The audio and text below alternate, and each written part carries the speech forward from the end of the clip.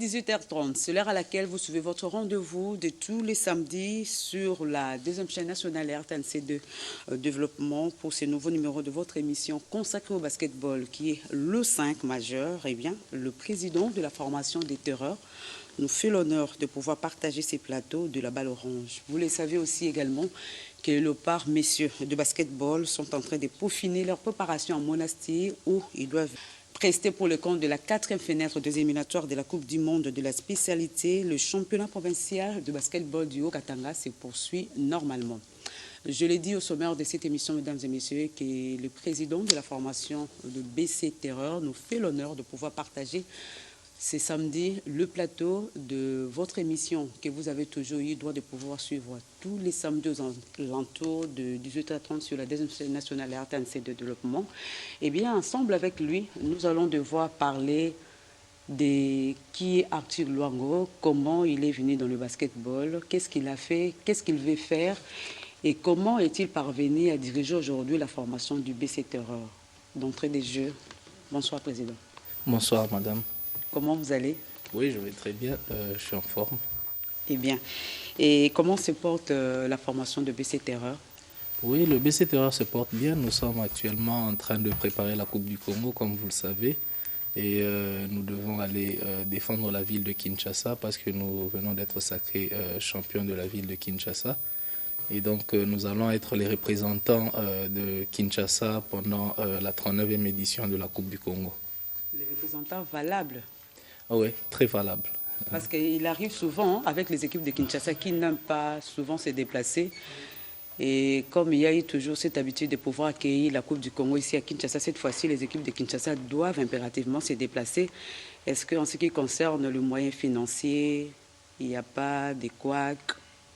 Oui, les moyens financiers, il y a des difficultés dans tous les clubs, je crois. Oui.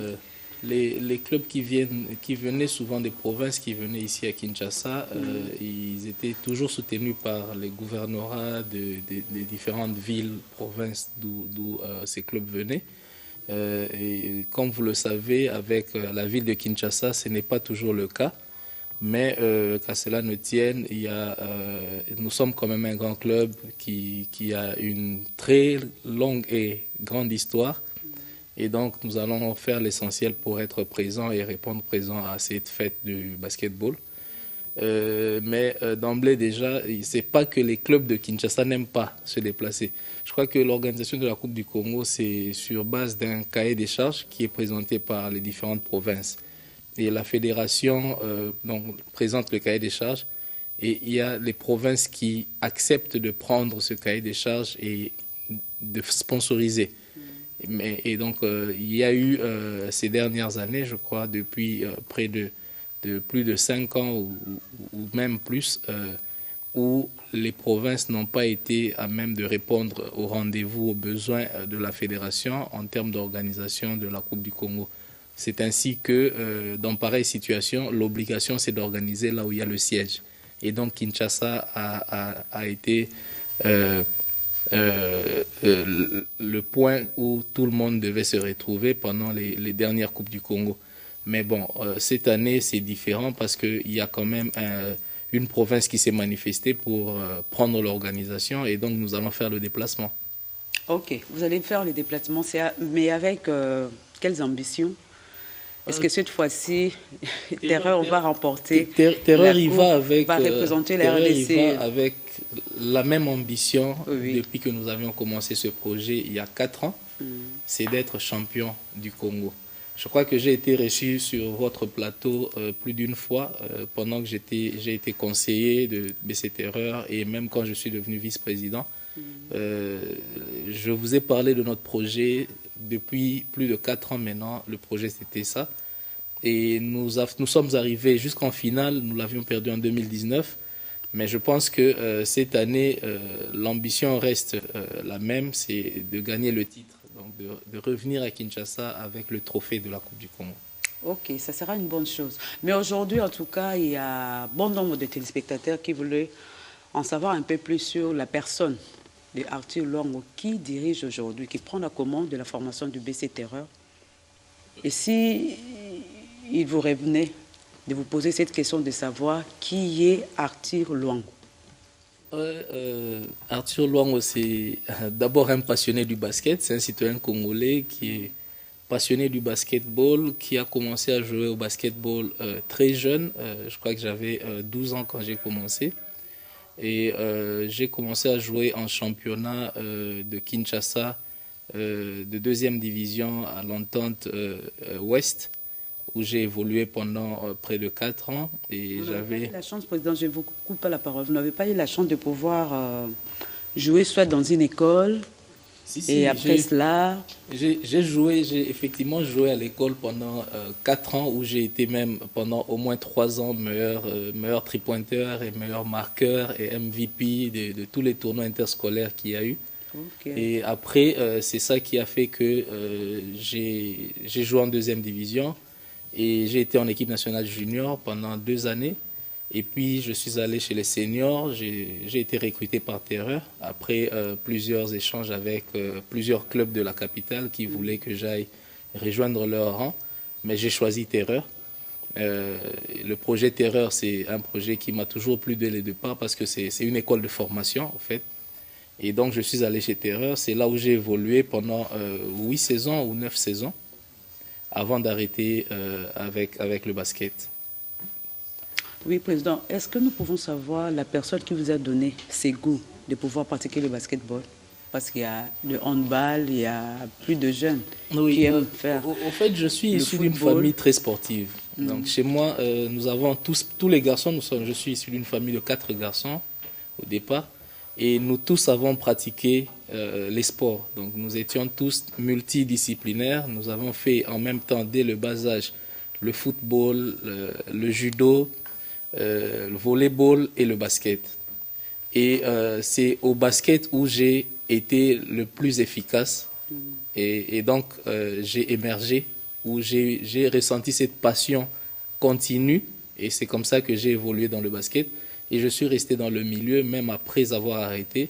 Je continuais à suivre et je suis entré dans la formation et dans l'encadrement.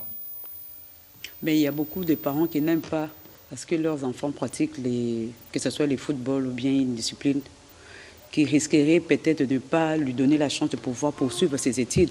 Pour vous, ça n'a pas été le cas. Vous étiez encouragé par vos parents. Vous n'avez pas eu de difficultés pour vous exprimer réellement dans ces disciplines?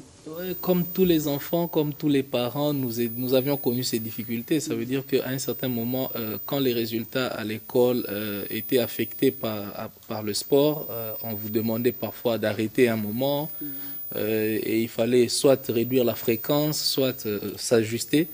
Mais c'est quelque chose qui n'a pas été un sérieux problème dans ma famille parce que nous avions su concilier un peu le sport et les études. Et je crois que c'est l'une des choses qui font que l'humain puisse avoir une formation complète et se sente épanoui complètement.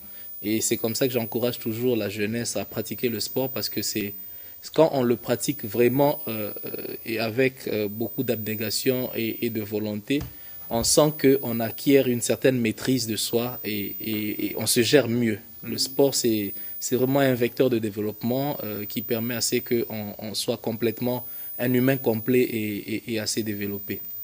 Oui, Président. Est-ce qu'aujourd'hui, avant de parler de vos ambitions, ce qui vous nourrit aujourd'hui de pouvoir prendre les commandes au niveau de la Ligue provinciale de basketball de Kinshasa, mais au niveau d'abord de Terreur, vous étiez athlète, après vous êtes devenu dirigeant, conseiller, vice-président, et aujourd'hui, vous vous êtes décidé de pouvoir prendre la commande de cette formation. Quelle a été la motivation? Parce qu'aujourd'hui, je crois que vous le savez, les gouvernements ne donnent pas assez de moyens au club. Il suffit d'avoir non seulement la volonté, mais les moyens également pour pouvoir encadrer cette jeunesse. Effectivement, c'est un sacrifice. D'emblée, je dois le dire, c'est un sacrifice. Et la motivation, c'est le fait qu'il y ait eu des gens qui ont aussi manifesté ce sacrifice-là pour que moi, je puisse jouer. J'ai joué dans Kin Olive au départ quand j'étais en deuxième division. Et j'ai vu les sacrifices que les aînés, qui étaient nos encadreurs, ont eu à consentir pour que nous puissions jouer. Est-ce qu'ils en ont bénéficié? Non, malheureusement non, mais je crois que il y a toujours un profit à tirer. Quand on se donne pour une passion, il y a une satisfaction qui vient d'une manière ou d'une autre. Aujourd'hui, je vois des aînés qui ont participé à mon épanouissement dans le sport, qui se disent qu'ils sentent une certaine fierté à voir ce que je suis devenu aujourd'hui, ce que j'ai fait dans le basket et ce que je continue de faire pour ce sport. Donc cette satisfaction, c'est déjà quelque chose, c'est un gain. Et pour moi, l'essentiel pour moi, c'est quand je vois les jeunes évoluer, ceux que j'ai encadrés, je les vois avancer dans leur carrière, c'est déjà un sentiment que je ressens de joie. Et cette joie-là, c'est déjà pour moi une partie de rémunération. C'est vrai que ça, ce n'est pas tout, c'est pour ça qu'on est en train de pousser un peu pour qu'il y ait changement. Ça ne devrait pas être seulement ça. La satisfaction devait être aussi pécuniaire qu'une satisfaction morale ou quoi. Ça doit aussi être matériel parce que quand c'est un investissement énorme et il doit y avoir un retour sur investissement. Fort malheureusement, ça ne suit pas. Alors aujourd'hui, Président, si peut-être vous, aujourd'hui, vous êtes une fierté de ceux qui vous ont encadré, est-ce qu'au niveau de votre formation, vous donnez également la chance aux jeunes qui pratiquent le basketball de continuer avec les études?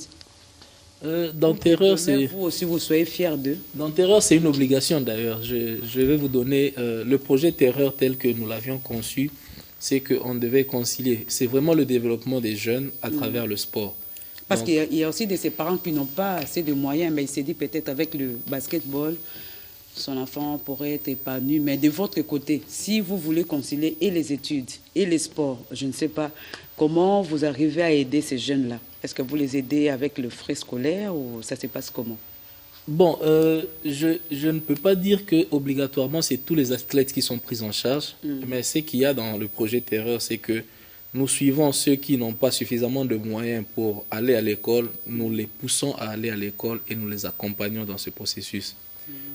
Terreur a pris en charge, par exemple, cette saison, nous avons pris en charge sur notre effectif de 15 athlètes, nous avons pris en charge au moins 8 athlètes en ce qui concerne leurs études. Parce que la première chose quand un athlète arrive chez Terreur, la première question qu'on pose, qu'est-ce que tu fais dans la vie? Où est-ce que tu étudies? Où est-ce que tu travailles? Quelle formation tu as? Quel est ton background? Parce qu'on veut suivre les athlètes, on ne veut pas seulement que... Parce que l'objectif, c'est que la carrière, comme vous le savez, le basketball au Congo, ce n'est pas une carrière professionnelle. Nous préparons les jeunes à une carrière professionnelle. Mais le taux de réussite pour cette carrière professionnelle est très minime. Très bas. Ce qui fait que quand vous le faites, si vous ne les préparez pas à devenir aussi des hommes dans la vie, vous auriez perdu du temps. Parce que après, l'après-basket va être fatal. On gagne des galons quand on fait du sport. Je l'ai connu parce que j'étais athlète. On sent ce plaisir-là d'avoir beaucoup de fans derrière qui te suivent et tout. Tu te sens super joueur, star. Mais au-delà de ça, ça veut dire que l'après-basket, tu n'auras plus certains bénéfices que tu avais parce que tu étais athlète. Les gens ne vont plus te regarder de la même façon. Mais si tu n'arrives pas à te positionner dans la société, à ce qu'on appelle une réinsertion, donc on quitte, ou comment on appelle ça, réinsertion ou redéploiement dans la société, ça va être difficile et ça devient fatal. Donc, pour éviter tout ça, nous poussons toujours nos athlètes à avoir le minimum requis pour que, après le basket, ils puissent aller vers autre chose et être utiles à la société. Oui, Président Arthur, à vous attendre de parler, je voulais... En fait, c'est une question qui m'est venue dans l'esprit. Est-ce qu'aujourd'hui, tu te rencontres avec les anciens, avec ceux avec qui vous avez commencé le basketball, c'est que vous avez évolué ensemble dans Terreur? Est-ce qu'aujourd'hui, il y a de ceux qui ont réussi? Ou aujourd'hui, quand vous voyez aussi un coéquipier avec qui tu jouais au basketball, comment il est devenu aujourd'hui? Dans Terreur, il y a beaucoup de gens qui ont réussi. Et très peu qui n'ont pas réussi dans la vie. Et parfois, ce n'est pas de leur faute, parce que même quand on prépare les gens aux études, ce n'est pas tout le monde qui réussit non plus à travers les études. Autant pour le sport, autant ça l'est pour les études.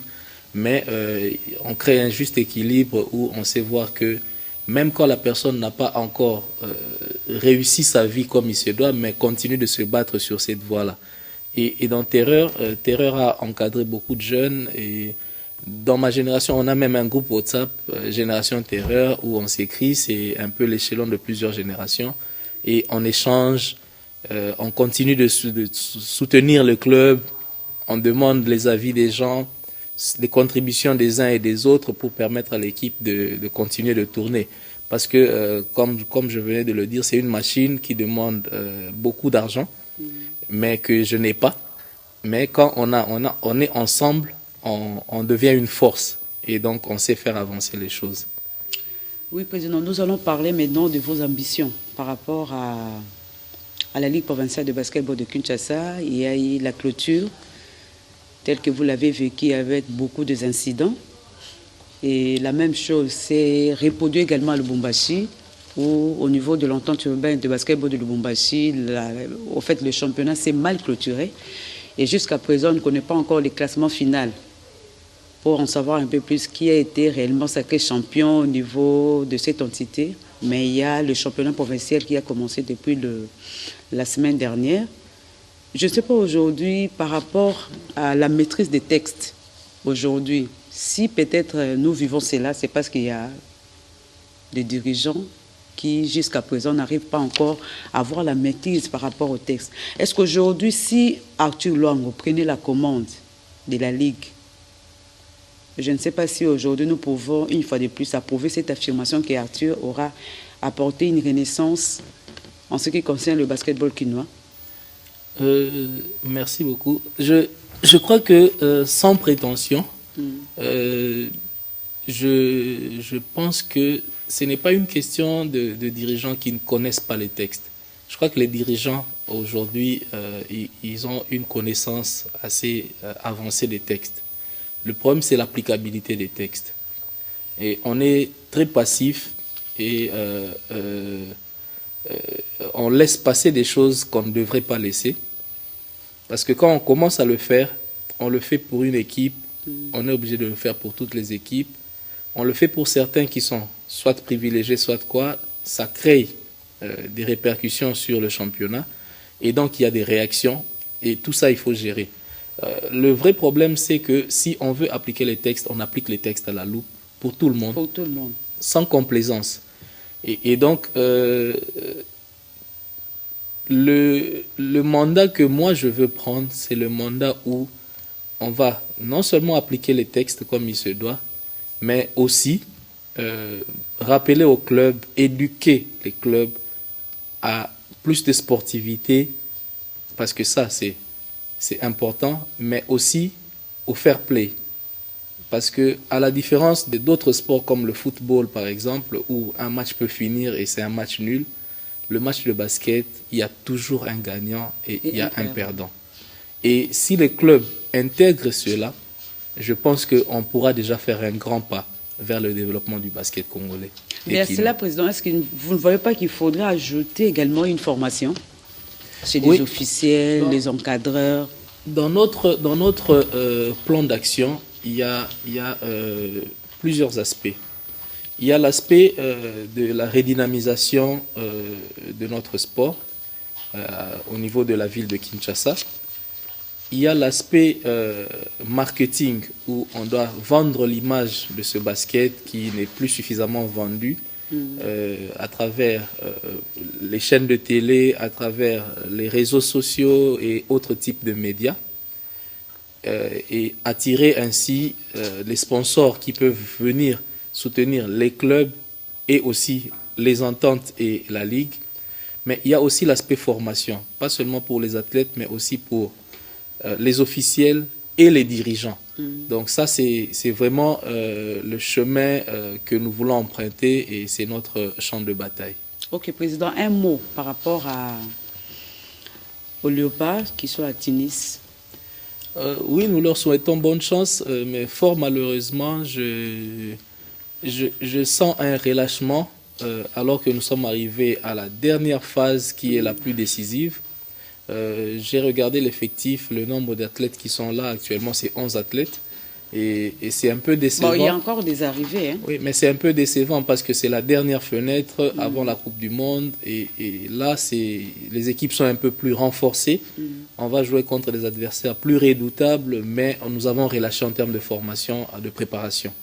Parce que nous sommes aujourd'hui déjà le 18. Ces arrivées vont venir s'entraîner avec le groupe pendant combien de temps? Quel serait le niveau de cohésion qu'on aura? Ça, c'est des questions qu'on se pose actuellement. Et quelle est la qualité d'athlètes qui sont là, qui vont venir?